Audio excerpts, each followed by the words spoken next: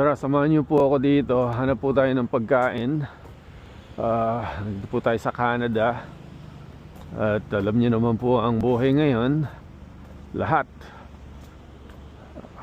mahal na. So hanap tayo ng makakain sa murang halaga. Pakita ko sa inyo kung paano pwedeng magtipid dito sa Canada. Yan, punta tayo dito. Tara, pasok tayo dito sa isang maliit na plaza.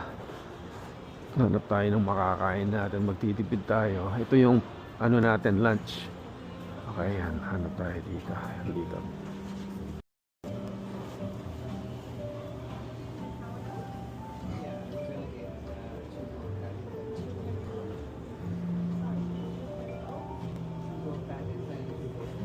Ito, baka ito na lang ang bibilin natin.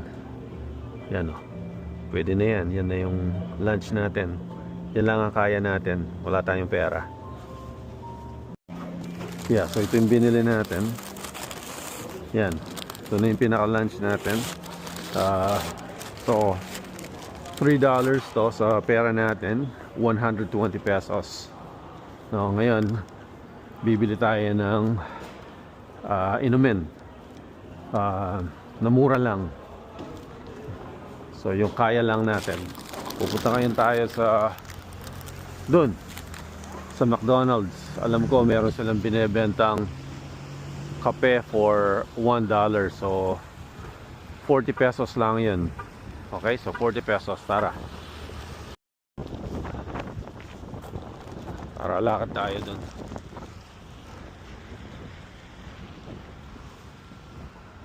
Ang lamig po ngayon. Yan, dito tayo.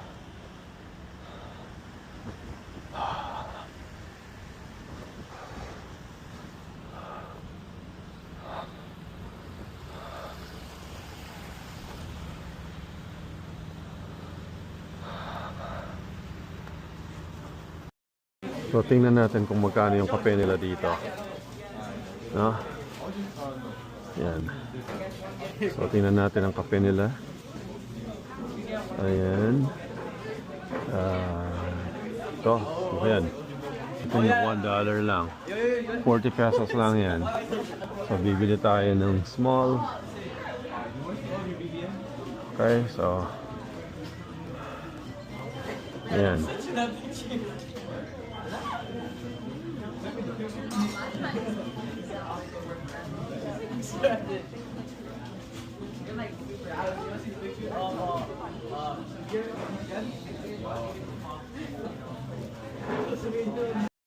Ang dami. Ang daming nakapila.